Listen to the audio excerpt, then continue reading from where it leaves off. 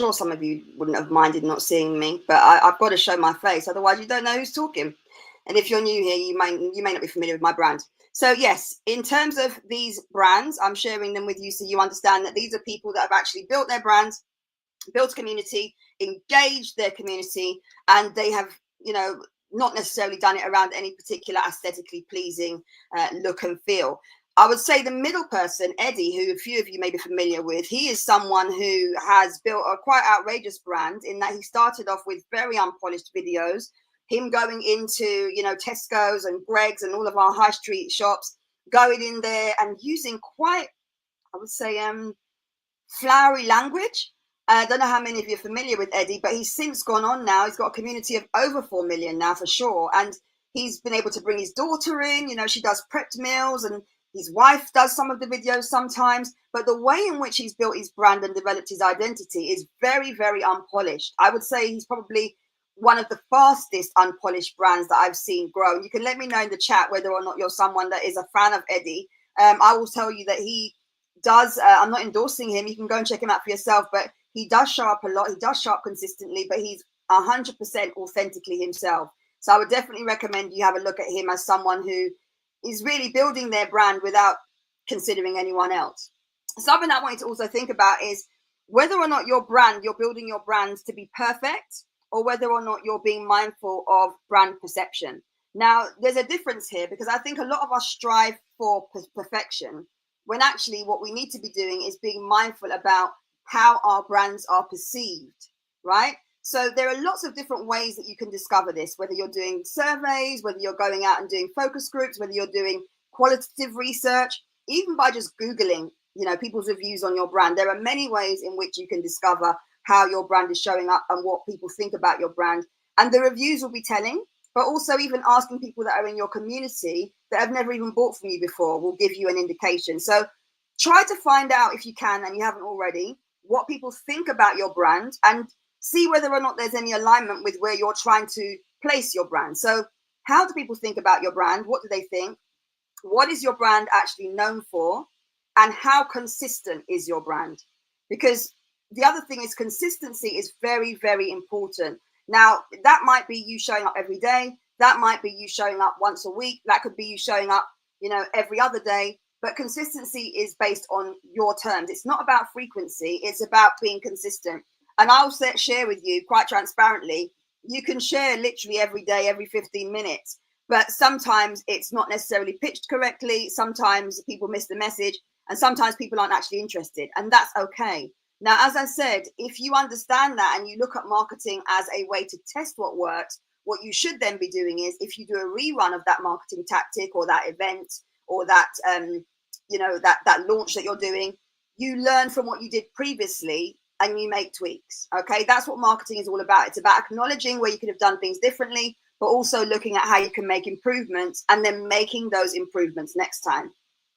So it's about building a community. It's about developing an identity, but also about having authority in your space. Now, I was looking through some comments the other day on one of my Facebook videos, and it was quite funny because when I looked at the comments, what I saw was that there were lots of people like really championing my brand, and it was during the pandemic, and then shortly after that when I'd launched another one of my courses, and I shared even just a few months ago a video of my initial brand that I did for networking, which was Inspire Your Biz, and I was kind of reminiscing in this particular post, all of the things that I'd done over the years with networking events, and people were commenting within the stream of comments that they remembered the brand, that it was really, really good, that they'd attended the event, etc.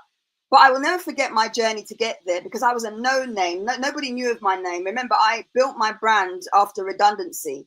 I spent £100 to build a website, and then I kind of went from there. But with my brand building for Inspire Your Biz as an event, doing networking events, I did have to do these three things. The first thing I had to do was have brand authority. So if you don't currently have brand authority, you need to position yourself as a thought leader or an expert. You need to position yourself as somebody who knows their stuff.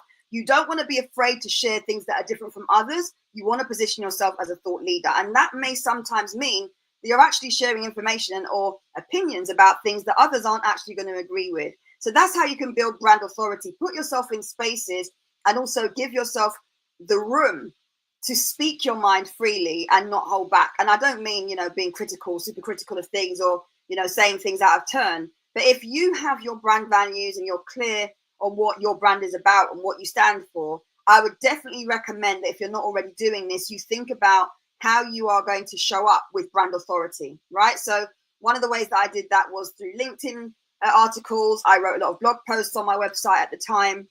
I shared lots of videos, and I also got lots of people that were attending my events to actually share feedback, even from the very first one that I launched that had over 180 attendees and had quite a lot of local press coverage, and even the banks got involved. It was fantastic. And from there, I just carried on. And I'm going to share with you some examples of how I did that. So after I built my brand authority, the next thing was that I actually had to look at how I can engage people and get them to trust my brand. It's a bit like the know, like, and trust, but I don't really like that particular phrase, because you can know someone, but they may not know anything themselves. And I don't want to have a dig or sound bitchy about that. But there are a lot of people that are very well known, and when you scratch below the surface, they really don't know that much. So it's about exploring and identifying people that have brand authority in the space that you're in, and maybe even looking at what they do really well and complementing that or collaborating with them, etc. But if you want to build your own brand authority, you need to look at, what you can share. Opinion related really works very quickly, but also thought leadership pieces. So sharing industry trends, sharing information, sharing also, things that you've done, social proof, etc. And that then helps to get you to build trust with your audience or your online or offline community. So think about whether or not you're doing that already. Think about whether or not your customers and clients actually trust you, because once they trust you, you can then establish whether or not they need you. And when they need you, that's when they might decide to have conversations with you. In fact, they'll start doing that from trust. They'll start leaning in when they see you've got brand authority, and then they might actually decide that, yeah, I trust this person. I do actually want to work with this person, or I do want to find out more from this person. And then over time, hopefully, without being salesy and pushy, you can then establish whether or not they have a need, and then meet them where they're at with a solution. All right. So let me know if that made sense. No, like, and trust for me, I don't really like those phrases. I prefer authority, trust, and need, because it is about genuine authority. As I said, you can qualify whether or not people know what they're talking about literally in an hour of meeting them. Sometimes people waffle and chat nonsense. Other times they'll have evidence-backed information or even social proof that can validate their claims. But always make sure that whatever you're doing as a business owner and as a brand, you're clear on what you're doing and how you want to build brand authority. So you can see there are some of my brands that I have in terms of that are public facing. I won't name them all, but you can connect with me via Insight to Marketing, and I usually cross promote on those pages. And what I've done consistently across all of them is built that visual identity, and also built a community of people that know who I am, know what I represent. And, occasionally you get people fall off, also bots, I remove them sporadically. Because I can't take bots and DMs from strangers or people that I don't really know. And these are ways in which, by doing this, you build your community, you get people engaged, and that's how you build a community. You ask people what they need, you establish also what it is you want to provide, and you just align their needs with what you want to provide, and you start to communicate with them. Okay, so the communication in terms of your branding is really important, because that's relevant to your messaging. All right, so I'm just going to check my comments at the moment on my Zoom, because I don't want to be talking and not actually checking the comments. So if you are looking at messaging, what you want to be doing is speaking clearly. And this is the most simplest way that I could mention it. You want to be making sure that you're actually speaking clearly. All right, so let me just go here and disconnect audio. Fantastic. So you want to make sure you're speaking clearly and that people are actually understanding the benefits of your products and service. Okay, really simple.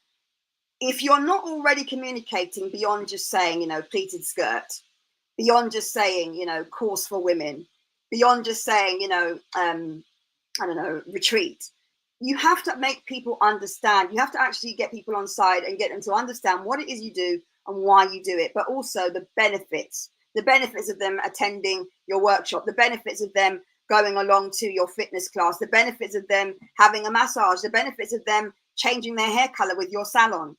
They have to understand clearly. So you really have to get into the mind of your potential buyer, so you understand what emotional connection they may have not just with your brand, but what your brand is offering. Okay. And you have to think about what makes your brand memorable. And there'll be lots of different answers for this, right? So I don't want to try and like get you to think about this now. But what I will say to you is you have to think about, let's just say if you were a watch. I normally use umbrellas and shoes as an example, but today I'm using the watches because a lot of us still use watches. Some of us just use our phones. But if you've ever worn a wristwatch, you'll know that your wristwatch, if you were to get onto a London tube or the metro, wherever you are, if you were to get onto a train, there will be several people wearing watches, and everybody within that train cabin is going to have different watches on for different reasons. Some as fashion statements, some just to tell the time, some because they've got it linked to their app on their phone, all kinds of reasons, right? And different watches have different features. Okay, so if you put yourself out there as a watch, if you imagine that you're a watch, you got to understand what are the features. Even if there's 25 other restaurants, even if there are 10 other people along your high street that offer makeup or beauty styling, you have to understand what makes you different, what distinguishes your brand and what distinguishes what you're doing away from what everybody else is doing. And then you literally need to pull that out and include it in your messaging for people to really understand. Now, for my brand, one of the things that definitely makes me stand out is I'm quite straight talking. I don't do textbook marketing or branding. And I am very much about honest and simple and straightforward solutions. So I meet you where you're at. If you've only got £500, those are the solutions that you're going to get from me based on your £500. If you've only got £5,000, then we're going to work at a higher level, but I will be making sure that we align with where you're at. And the options that I give you and the solutions that I give you will be based on any packages that I have that are within your budget. I never try to, overdo it with clients. I have to understand where you're at to understand where I need to meet you. So if you are communicating benefits, understand what your potential client might feel that your benefits are. What are they searching for online? What is it they're actually in need of? And why might your product or service be relevant to what they need? So as I said on this particular slide, with watches as an example, whether your watch is analog, digital, changeable strap, you've got these fashion ones that now you can use. Some are silver, some are gold, some are rose gold, some are really big without any, markers on them. You just see literally my brain's the end of the evening, so you have to forgive me. But the ticker bit, whatever that's called, sometimes they only have that. You don't even see the numbers, right? So people will buy things based on their different needs and based on what their preferences are. And that's what you need to bear in mind. There could be loads of other people in your industry that do similar to you, but you have to be able to communicate your benefits clearly. So you have to be able to understand a customer's needs and motivations. You also have to be able to understand what they might be interested in as well and why they buy. This is actually really important because if you don't have an understanding of why people buy, then, as I was saying just now, you can't meet them where they're at. So it's really important to understand why they buy, even before the sale, even before they start thinking about payment. What is it that would actually draw someone to your page or to your shop or to your market store? What is it that's going to be the emotional connection between your brand and what they need and what they're actually interested in? It's important to define that before you start trying to even develop offers. You've got to understand your customers and your clients. And in fact, just last week, I was watching a video, and within that video, someone was saying, they don't actually create any offers at all until they've asked their customers what it is they need right now. And then they do the offers after that. They develop the offers after that. And that's another great way to develop offers so that you can sell more, right? So you'll know that at the end of this month, depending on when you're watching this particular live, if you're catching the replay, I am launching visible, seen, and paid, as I announced in this workshop that I ran in July. And I'm really looking forward to doing that because I'm aware that so many of you are not clear on how to show up, but also how to show up confidently and sell and convert from, having lots of likes and comments to actually converting those likes and comments into sales. And so if you're wanting to develop offers and things like that, you have to understand, how to develop the message, how to package the offer. And things like the location of where your potential customers are, their behaviors, what they're into. You might have people that buy last minute, as I know many of you do. What trends are in your industry, when people decide to make their shopping decisions. And also, as I said on the previous slide, what their interests are. If you know these things, that can then help you to actually start to develop better offers, but also thinking about the way in which you're showing up when you're developing your brand, having a signature framework or an approach is really, really a fantastic thing to do. So you can let me know in the comments if you're already doing that. If you're on the Zoom, I'm going to check the comments in just a second. But what I would say to you is, if you haven't got the capacity to do too much and you only ever do one thing, try to give it a very unique name. So in my example, I've got visible, seen and paid. I've also previously had Get Your Marketing Mojo Back. I've had a rinse and repeat formula. I've got a 5-day branding and marketing review program. And these are names of packages and programs that I run that people will remember because I will keep on repeating them. But also people remember names and systems. So if you think about your favorite coach or someone that you've worked with or even something that you've purchased, it's possibly because of repetition or because of frequency of you hearing it or because of your familiarity with that brand. All right. So if you've got a signature framework or an approach, give it a name and try to give it a catchy name. There are all kinds of different ways that you can name your particular product or service or package, but try to make it memorable. Okay. Whether you use alliteration, lots of words with the same letter, or whether you use something catchy or whether you use something absolutely outrageous, it's up to you. Because remember, people are going to remember your brand and associate it with whatever name you give to your particular product or service or package. So give that some thought. Also, another way that you can develop your brand identity is to think about how you can be, what I would say, category or age specific. So instead of just being a fitness expert, you might be a fitness expert for busy women going through menopause. Or you might be, instead of being just a speaking coach, you might be a confidence coach that actually helps people to speak for TEDx gigs, as an example.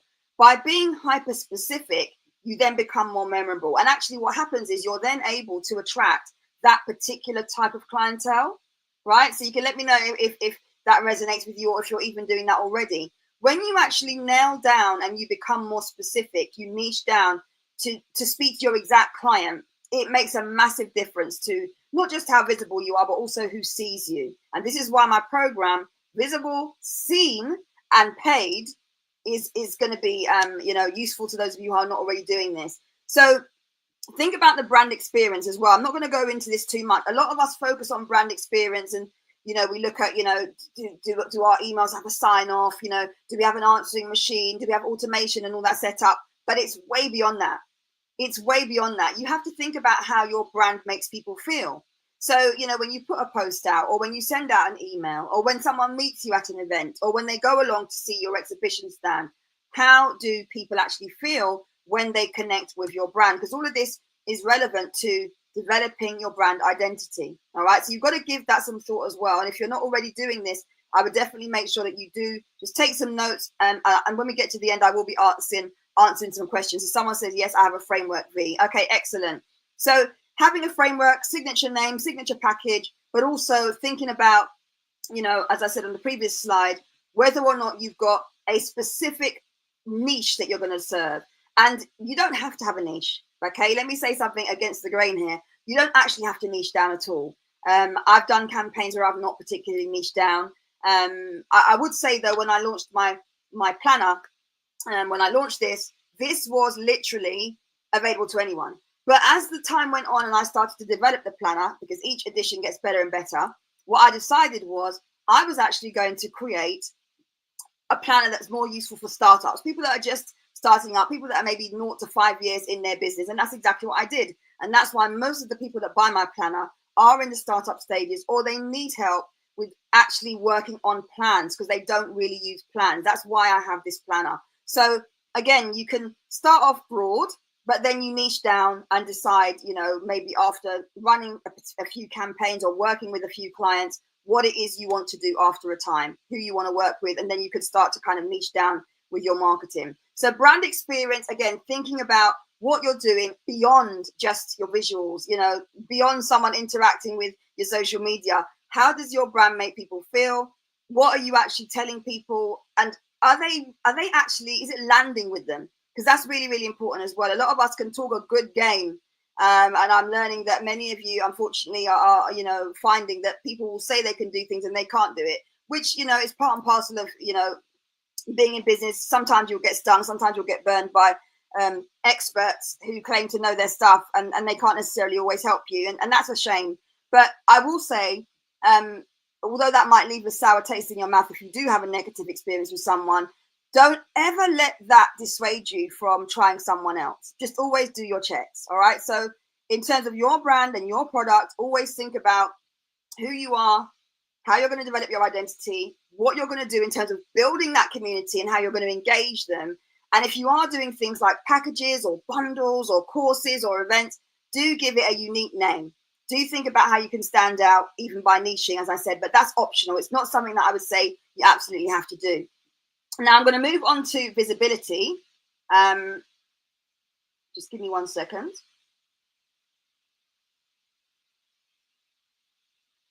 If you're watching live, I'm going to go back and answer all the questions near the end. So if you've got questions for me, please do, and they relate to this topic, please do leave the questions for me in the chat. I'm going to move on to visibility and keep this quite brief. Again, I'm sharing on the slides here 3 brands that you may be familiar with that have come up via my feed regularly. And when I say regularly, I mean, like, I don't know how many of you have got hair, but the Tymo brand, and again, I'm not endorsing any of these brands, please, I'm not. Tymo as a brand has done very, very well in terms of making sure they are seen absolutely everywhere. And all you've got to do is click on any of these 3 brands and you will see those brands following you, right? Retargeting, marketing and retargeting. So when we're looking at visibility, for those of you that haven't yet maneuvered into paid ads, and for those of you who have not really explored retargeting, that is something you could do as a way to become more visible in terms of your brand and how you're showing up. Sorry, could you put this one on for me, please? And thinking about how that one as well, sorry. Thinking about how you're actually showing up, but also the frequency and the consistency in terms of your terms. All right. So I'm going to take you through some examples. And as I said, these are just 3 examples. Purdy and Fig hooked me in. You know, I spent nearly £100 on their cleaning products at one point. And, you know, I have got some personal feedback on their brand, which I've shared on a few of their ads. But I will say that what they did, they had a very good, thank you. They had a very good campaign. And yeah, it was impressive. The same with Tymo. I bought from Tymo, Fenty Beauty also. So if you ever want to study how brands stay visible in terms of retargeting campaigns, I'm more than happy to have a chat with you one day about any of 3 of these. But they, for me, really stood out. And there are many others. I'm sure some of you have gone on to, you know, high street stores or a local brand to you, or even brands that have got retargeted campaigns going on. And then as soon as you come off the website and you go onto social media, you start seeing ads from this brand.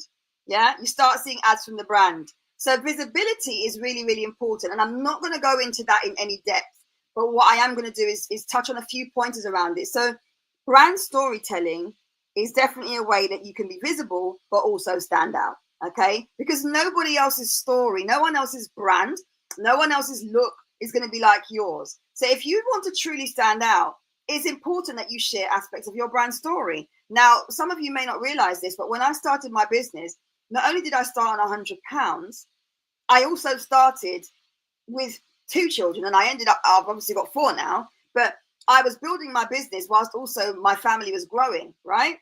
And a very well-known influencer said to me the other day, V, I remember you at your events with your buggies. And I kind of laughed that off, but it has been a time. And actually, I know that through building my brand, something that I've done consistently is shared my brand story. And I haven't just stuck to the same one. You know, there's been lots of different things that I've shared along the way. Brand storytelling isn't just about telling people why you started your business. Brand storytelling isn't just about saying to people, oh, you know, I started my business because X, Y, and Z. It's about sharing behind the scenes, you know, what your mission is, a really bad day you may have had, a supplier that you want to give a shout out to, you know, a challenge that you're working on at the moment, what's coming up in the next few months. Brand storytelling is way more than just telling people why you started your business. So if you want to be visible and stand out, yes, blend in, you know, why you do what you do and why you started your business. But don't forget to also include other aspects of brand storytelling. And if you'd like me to send you my checklist of different ways in which you can share your brand story, just let me know. If you're watching on Zoom, you can let me know. If you're watching on LinkedIn via the replay or any of the other channels, also, you can let me know. I will personally be going through all of the comments And over the next 48 hours, you will get updates from me and responses as well if I'm not able to do that tonight. So brand storytelling is really key. But also, I want you to think about whether or not you're doing enough as a brand. That a lot of us know a lot. And that word "a lot" is pathetic, actually. Many of us are experts in what we do. You've been studying, you've worked, you've done a lot already to establish yourself as an expert. And let me just say on this, right? A lot of us don't feel comfortable with that word expert. Let me be honest, if you've been with me for a long time, since 2013, you'll know that word expert, I really hated it because I'm always learning. And actually at the moment, I'm in 2 different courses, 2. And hopefully one of my coaches will actually be watching me today, but or watch the replay. But what I would say to you is there are many people that don't know as much as you. Whether you decide that you're an expert or not is up to you. If you know more than somebody else, to them, you are an expert and you decide on what you know more about. So whether that's how to sew something by crochet, whether that's how to, write a book, whether that's how to speak on stage, whether that's how to pin your hair in a ponytail, whatever it is, if you know more than the other person and that other person is your potential client, they are seeing you as an expert, particularly if you've already been sharing, steps and information about this thing that you know a lot about, this topic. You build your brand authority. You then begin to, get people to lean into you and trust you. And then they may establish, it's your job to establish the need, but they may then decide that they need you. They want to work with you. They want to pay you. And then that transaction comes in, what I call the cha-ching ching. So someone says, my current brand is showing casual and welcoming, gives a sense of travel and positivity, but I'm making changes to make it clear about who I am, what I want to attract, and also with my offerings. Okay, and I can see you've put in there, some of you have put in checklists, no worries. So think about whether or not you're doing enough, right? Are you doing enough? Are you educating and positioning yourself as an expert? Do you host webinars or tutorials? Are you going on to podcasts? Are you actually doing interviews? Are you giving industry tips? Are you hosting offline events? How are you actually showing up?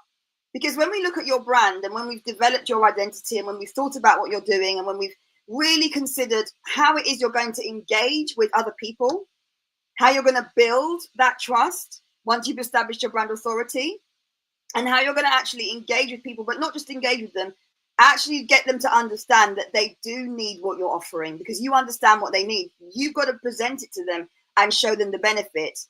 After that, you're good to go, right? And once you get into the flow of that, that also will massively help you. So I want you to think about whether or not your content is giving that, right? And I'm not talking about frequency here. When you're sharing content, are you presenting yourself as someone who knows their stuff? Are you presenting yourself as someone who knows their stuff? Or are you just giving the little skim at the top?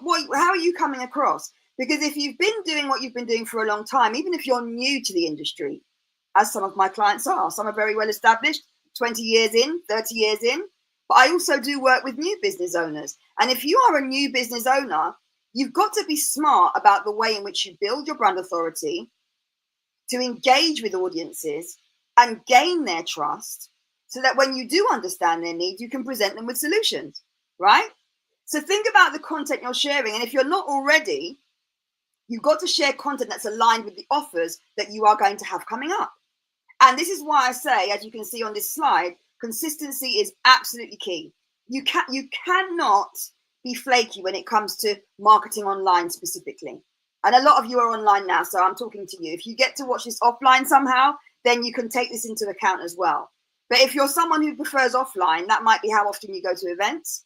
That might be how often you go to do networking meetings, or how often you get out and meet clients for discovery meetings, or, just brief chats, coffee catch-ups, that kind of thing.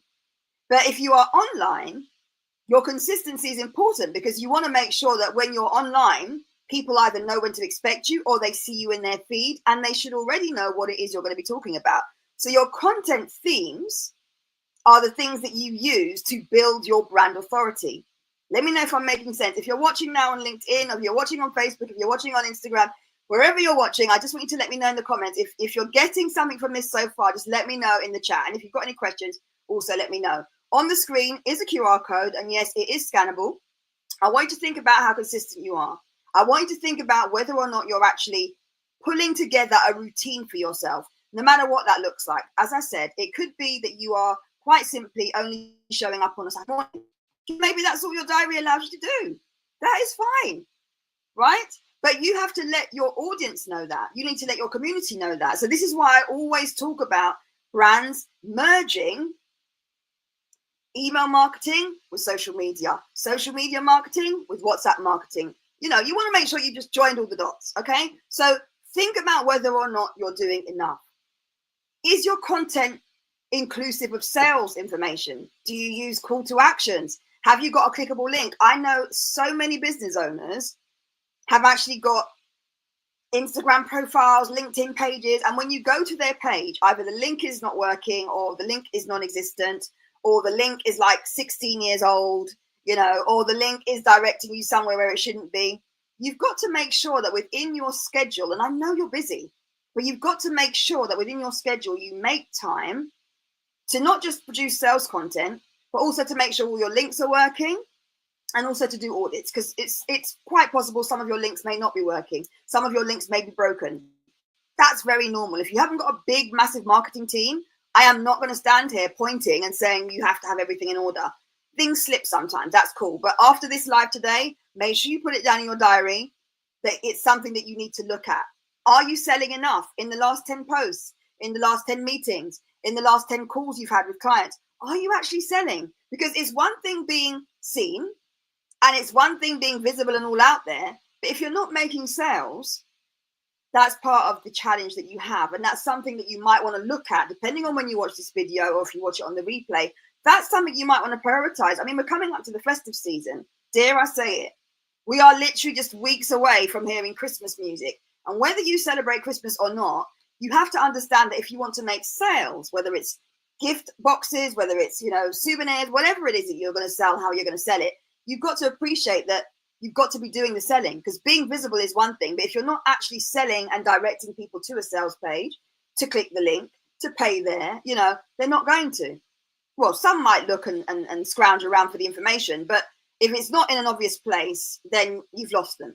Quite frankly, you've lost them, okay? So I'm just going back to the chat here. Yep, no worries, no worries. Someone says trying to with the consistency, no worries. So I want you to think about social proof, right?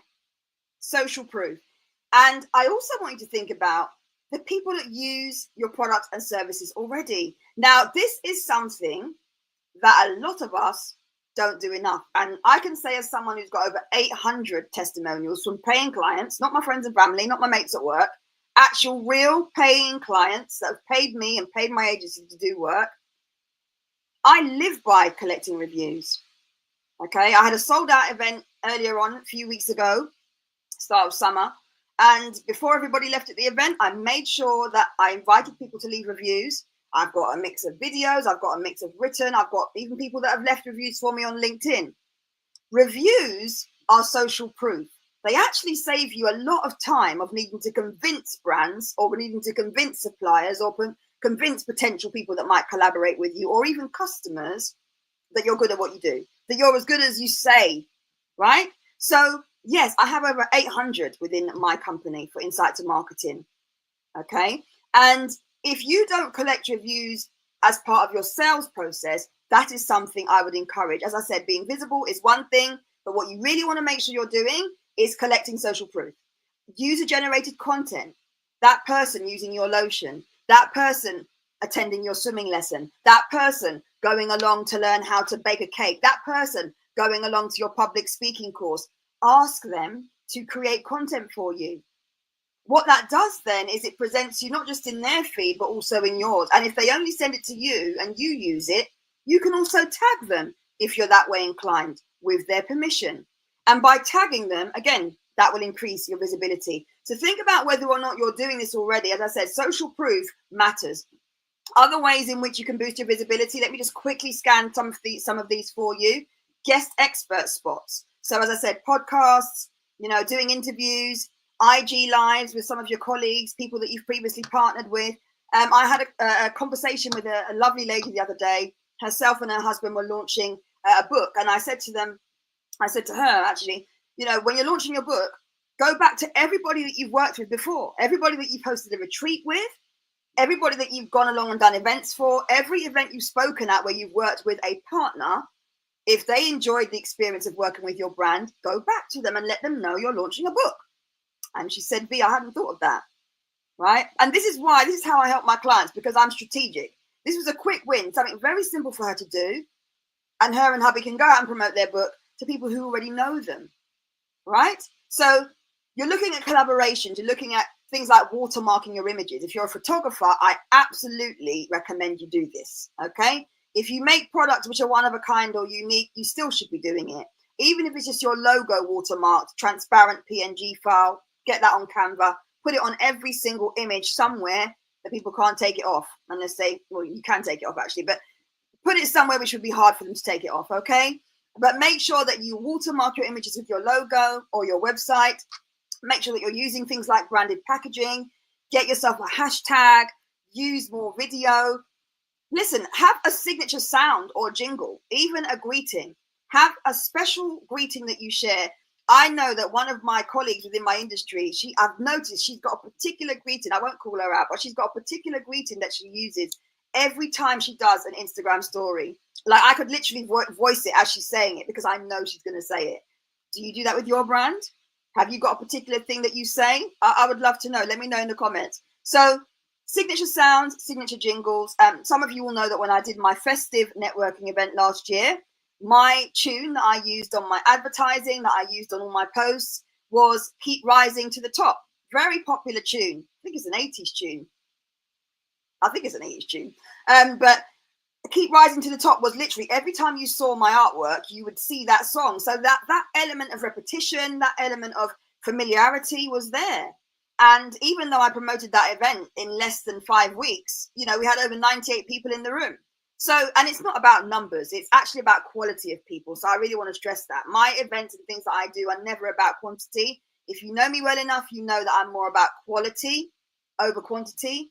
But what you want to think about is, how does your brand stand out? What are you doing to stand out? Visually, with audios, with graphics, how are you trying to stand out? And something else I've included here, which might be a surprise to some of you, is think about the PR you're doing. Because a lot of us go for the titles that everybody else is in.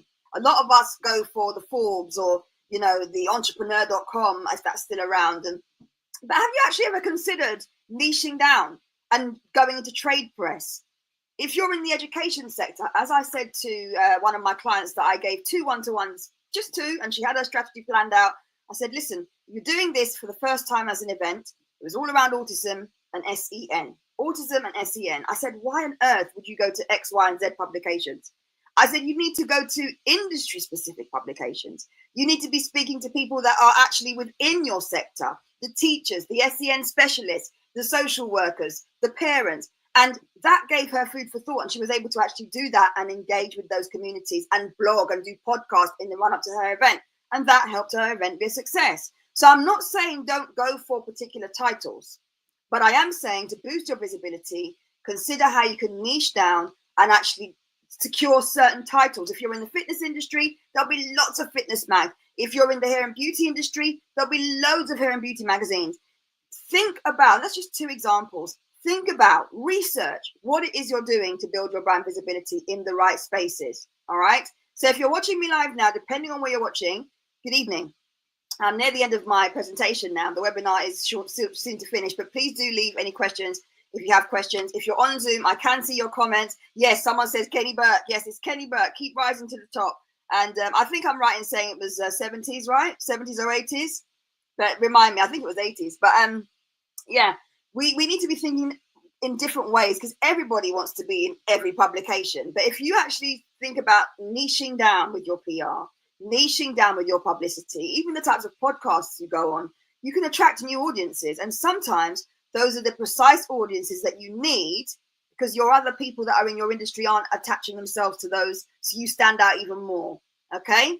There's a nugget from me. So also, I just want to say also in terms of visibility, sometimes you don't need to spend £3,000 on a shell scheme at an exhibition. Okay. If you've got the budget, great. I mean, I was speaking to someone just on Monday who I think they were going to spend £25,000 on a stand, £25,000 for a stand. And I said, I just want to know and understand what you're going to do, how you're going to get back from that, what your return on investment is, blah, blah, blah, blah. This was just a conversation. She's not my client, but she's a beautiful lady. And today we were on email and she said, V, do you know what? I've decided, I'm not going to go with that option. I'm sure it was 25,000. It was a huge amount. And I was actually like, my mouth was ajar because I couldn't believe that she was going to spend that amount on a stand.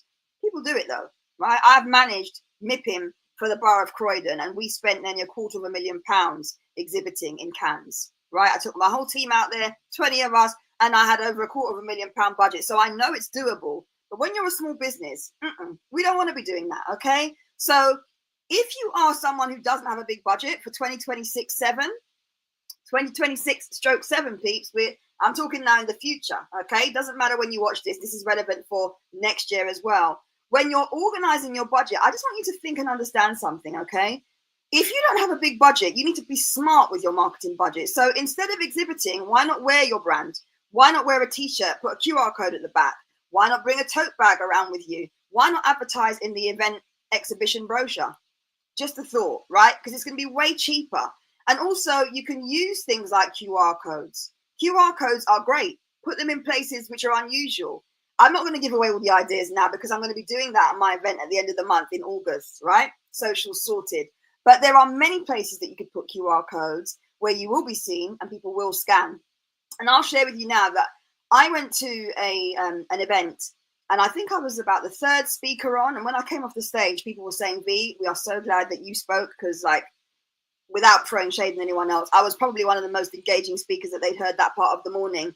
But something that I did at that event was very unique in the way in which I used my QR codes. And I'm not, as I said, I'm not going to give away too much now, but if you're at the event at the end of the month, you'll find out more. But just as we're wrapping up, I want to share with you some additional tips as well about how to attract and nurture and retain. So you're looking at how much time and money you spend on branding and marketing, right?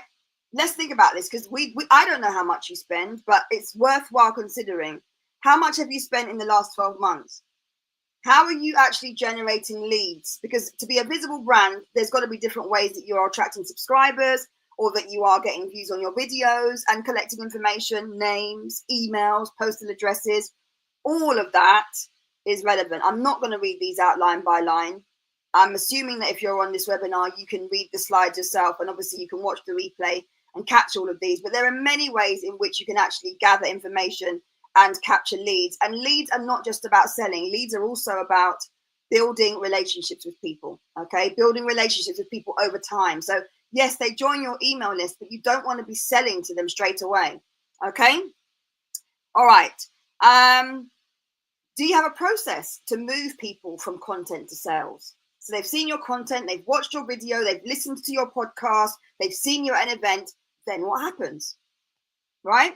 Because you can be visible, you can be seen, but if you need to get paid, you need to understand how to sell. You need to understand how to actually move people from being just, oh, I like that. Oh, that's nice, right?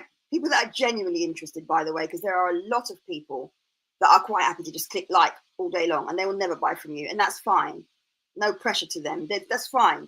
But the people that you really want to connect with are those that you know and understand may actually want to do business with you or buy from you, etc. So think about how you're integrating your emails and socials as part of your sales process.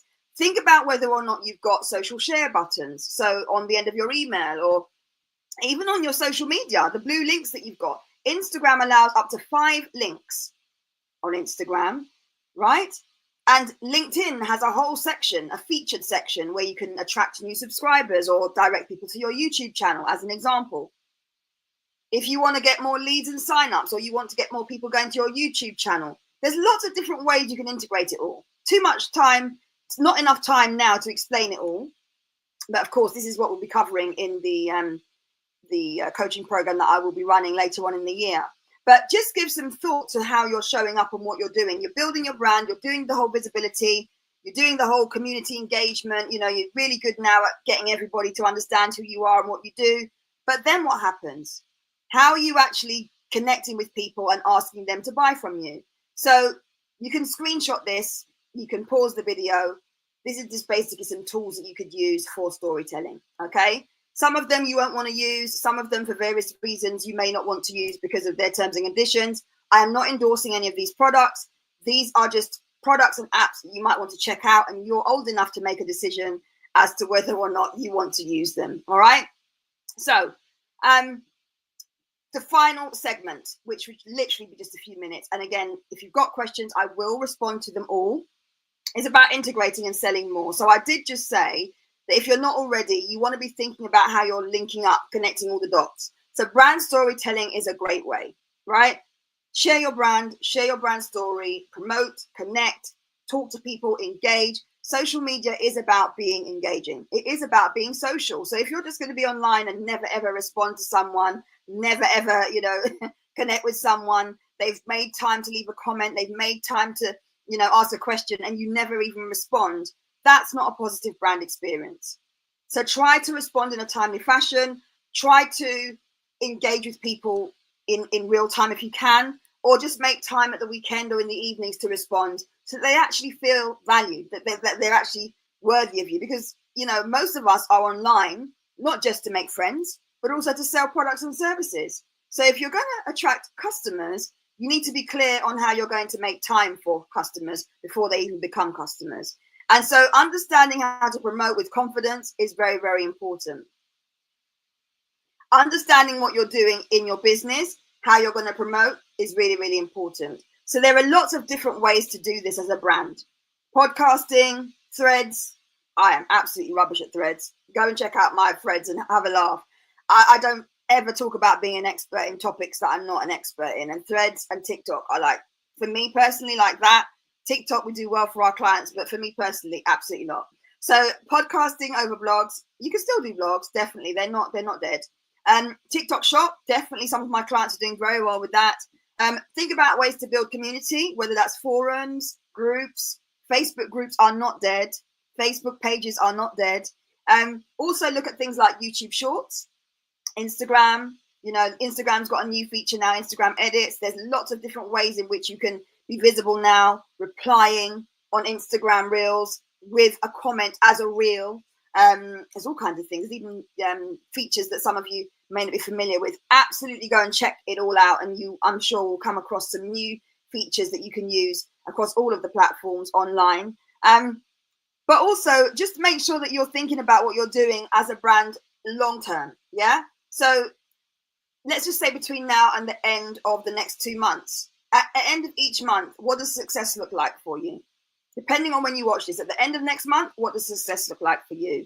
At the end of the following month, what does success look like for you? Have set days and times to show up. This is the consistency. Bank all of your content into folders. Yeah? Drafts. Start writing captions. If you don't have time, put them into drafts. And particularly during the summer and the festive period, and when you may not want to be online, automate. You can automate series, posts, scheduled stories. You can automate all kinds of things. And you can also do quite a lot in terms of automating with video marketing and email marketing as well. But if you want to sell, just don't forget you're doing more than sharing and being visible. To be visible, seen, and paid, you actually need to be selling. Okay. And this is what I'm going to be teaching in my coaching program. So think about whether or not you're actually selling or whether you're just sharing, because that's something that I think a lot of us struggle with, the selling part. And I know it makes a little, some of you feel a little bit anxious about doing that, but do think about whether or not you are selling. As I said earlier, if you didn't watch from the start, go back into your posts and look at how much of your content is directing people to a call to action or a link or, a booking link, because there's nothing wrong with selling. That's how you grow your business, right? Selling is not a swear word. And then make sure as well that you have thought about, in terms of what you're doing, any mistakes you make, they're not mistakes, they're experiences, they're lessons. So just carry on. As long as you don't want to give up in your business, you just carry on. That's what we do, right? We're not here to, feel sorry for ourselves. There's usually a reason why you won't do so well in a campaign or a marketing campaign, or why your brand might not land. But as long as you understand that before you spend money or time again, that is what is the winning secret, actually, is to learn each time and just get better each time. Because the only person you're competing with is yourself, right? And I've got a quote here from Conrad Hilton that says, success seems to be connected with action. Successful people keep moving. They make mistakes, but they don't quit, right? So that, again, is something for you to think about. You don't want to think about quitting, okay? You want to make sure that you've thought about what you're doing and get everything in order, all right? So I've got some examples here. I'm actually, for those of you that are on Zoom, I'm going to stay on a bit longer for the questions, but there's some tips here to review what you're doing. I don't know if you can see the link here. Just give me a second. I'm going to just get my lead. If you can see the link, then you'll be able to connect the link. The QR code is there. Some complimentary tips to see what you're doing.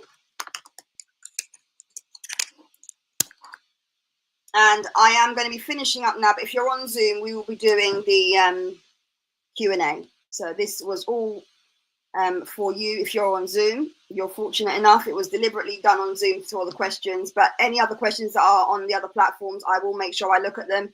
Here is a screen grab of AI tools that you can get. As I said, think about what you're doing in terms of building your audience and your community, in terms of your visibility, getting into a routine, and also just in terms of how you're presenting yourself. Because when you're confused, it does come across, and energy doesn't lie.